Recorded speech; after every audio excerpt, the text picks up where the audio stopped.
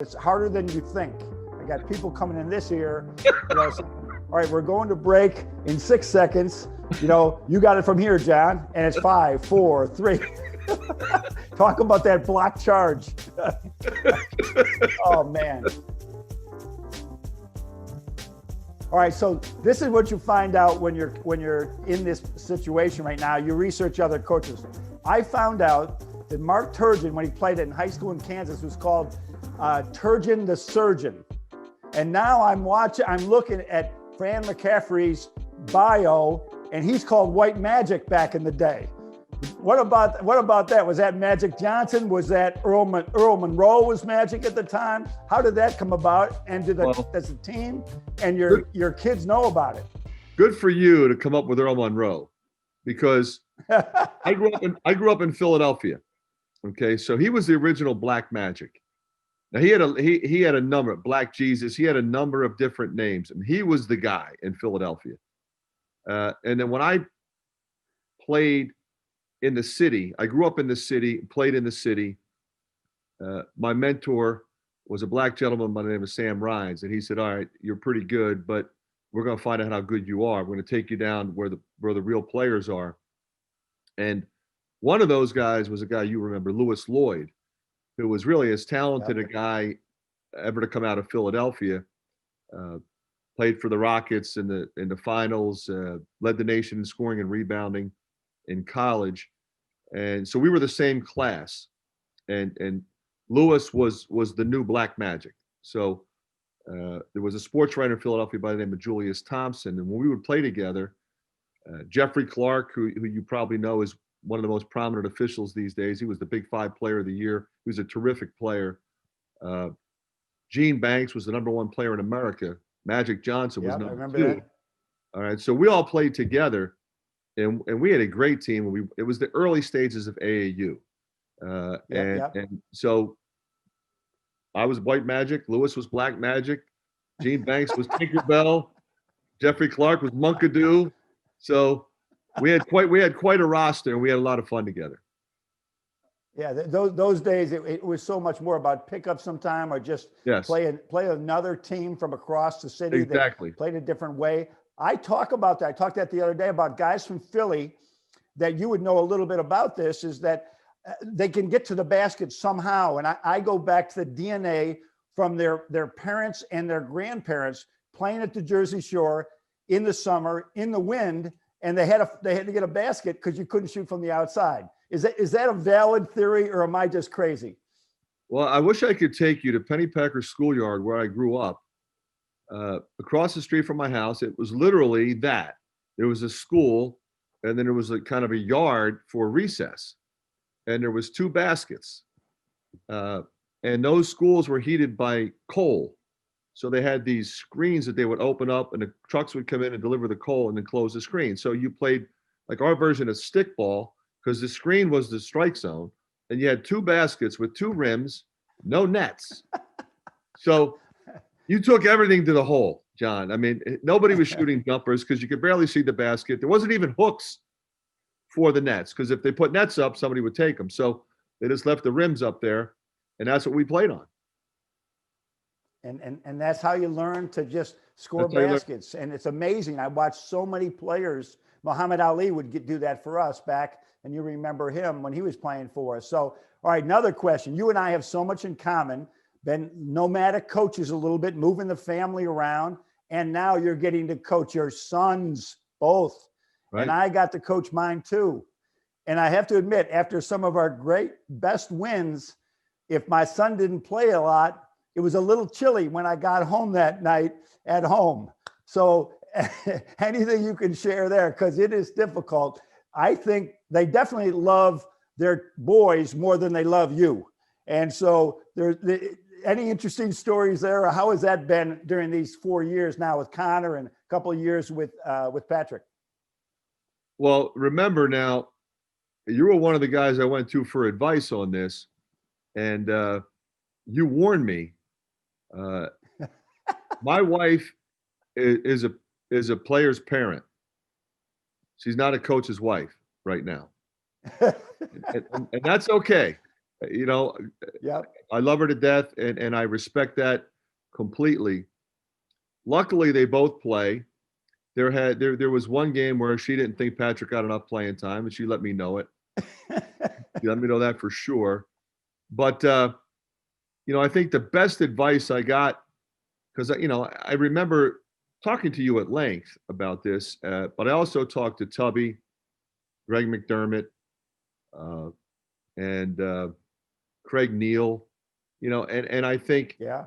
got different perspectives on all this. But the best advice I ever got, quite frankly, John, was from you. And you said, look, the best thing that I can tell you is you get to see your son every day. And I get to see both my boys Yeah. every day. And there's just Yeah. nothing better. They're having a great experience. They love their teammates. They love their school. And for the most part, I think they like me. I'm dating myself. I can remember, I don't know what Final Four we got. We're coming out, both of us are Catholics, and we're coming out looking for a mass, and you got both boys in a couple of buggies, and you're finding mass, and Kathleen are finding mass. And now I'm watching these dudes on TV. It's so much fun to do that. So, hey, basketball wise, your teams, whether it was Adam Woodbury, right, Tyler Cook, now obviously Luka, you got all kinds of ways of getting the ball in the post. Have you found that when you got kids, because it doesn't happen much anymore, when you get a freshman on campus, that's a whole new thing to teach them how to actually make post entries? You're right, John. We work on it, but I think it's more or less an expectation. We have somebody like Tyler Cook or Luka Garza or Aaron White or Adam Woodbury, who you mentioned, or even Utah. We posted him a lot later in his career. We got a little more girth. But I look at it more as a philosophy and a culture. Okay, we have Luka Garza. Our responsibility is to get him the ball. And the way we do that is we move it side to side, in and out. Now, what he has to do is he's got to recognize when they're making him play in a crowd and get rid of it and trust that it'll go back in. But I think one of the things that we've done as well is knowing that Luka in particular is going to get a lot of attention. The critical thing is that those who have the ball don't move it so quickly that they don't allow him to post, to seal, to turn. Let the play develop. And then also read the weak side help. Are they sitting in the lane? Are we better off skipping it?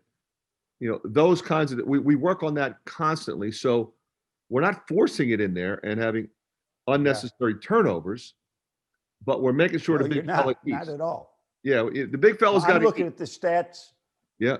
Yeah, exactly. But I'm looking at this stats. Connor, 6-to-1 assist turnover ratio. Come on, right? CJ, same thing. CJ is like amazing. He's only turned the ball over 6 times all year. And obviously Jordan Bohannon, they're really doing it well. And it's got to be something that you work on, all the time. And it's showing up in games because you got to get Luka the ball. And it's not like you just went into this, invented this. You've been doing this your whole time at Iowa, and it always made it tough for us because you'd get one of our big guys in foul trouble right away, and then the game could change immediately because you just don't see it often. The other thing that you did that really bothered us, and I see some of it right now, but it's very different, is changing defenses, which you're still doing, but the 3/4 court press. Am I right? It seemed to be more, some years you've attacked more out of it and sort of forced traps. I remember us throwing it all over the place in Iowa a couple of times. And now you're not forcing as many. What made you come to those decisions? How do you make those type of decisions? How aggressive you want to be with the 3/4 court press? You make a great point, John. I will be frank with you right now. I don't think we have played that defense nearly as effectively as we have in the past or as we need to. It has been more contained. And it's always one of those defenses that it's okay if it's contained because with the 30-second shot clock, if the worst thing that happens is you only have 20 seconds now to run your offense, That's a good thing. And then you run the risk if you get more and more aggressive against the real crafty teams. They skip it and attack. And, it's kind of one of those things. When I worked for John McLeod, he never wanted to, what he would call, open up the floor. By extending your defense, you open up the floor and you give talented teams more space to do damage. So he would want to keep his defense back. In those days, we didn't call it the pack line defense, but that's essentially what it was. We were denying the next pass, but everybody else was back. And so I think we need to be more aggressive with it this year than we have been. I think we have the personnel to do that. And you're right. We've had great success with it in the past. I spent a lot of time, and you remember him well. Rolly Massimino was a guy that really was the inventor of this, and he called it the multiples. And I've seen him lecture on this many times. He did it at our camp, and I sat with him. I was fortunate enough to spend hours with him, and he would take it to the nth degree. He would match up, he wouldn't match up, and he would trap, and he wouldn't trap. And the best advice he gave me with regard to that defense was, okay, I'm giving you what we do. This is the framework of what we do, but you go make it your own. And so that's what I've tried to do. And that can change, as you pointed out, year to year. Some personnel you might be more aggressive, but some maybe a little less aggressive. Yeah. I thought with the shot clock changed to 30, what was it, 3 years ago? That it really made it even more effective. We had to practice forever against that, for the 2 days before we play you. It's just trying to get into an offense, at the above 20.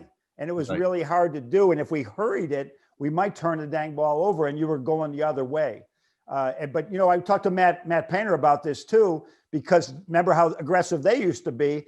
And now they're not as aggressive. They're more containing style, the shot clock, the type of athlete that they have. And I think that's what's made you so successful now at 4 Division I spots, being at Notre Dame, all that you're willing to change and evolve here as a coach, because watching this team right now is fun.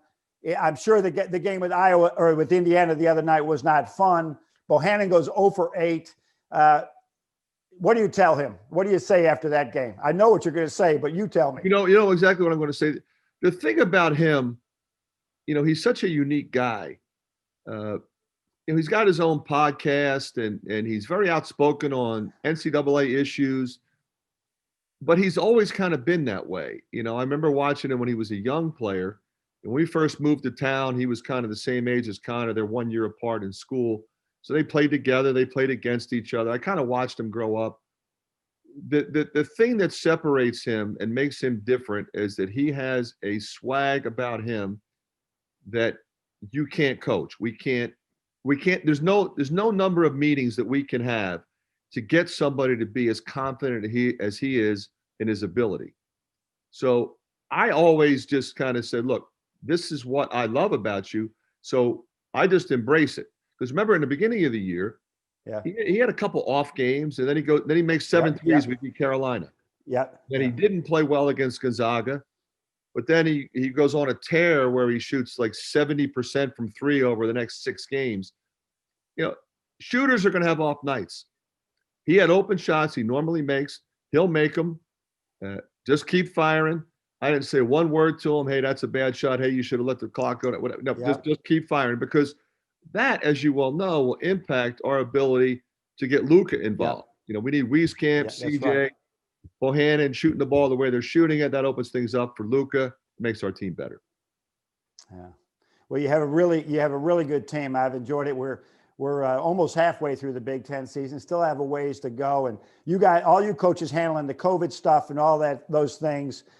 This is what you're meant to do, Fran. You're a great mentor, and this is really good. These kids need you badly right now. Guide them through this. And thanks a lot for coming on. You're a great friend, and I really like watching. It's so interesting to watch your teams play now that I don't have to play against them anymore, because we had some great battles, but we always had great respect. Please know, John, how much respect I have for you, and I love watching you doing what you're doing, and I'm happy to hear how much you're enjoying this. And hopefully we'll see you back on the sideline real soon. Thanks, Fran, very much. Okay, John. Take care.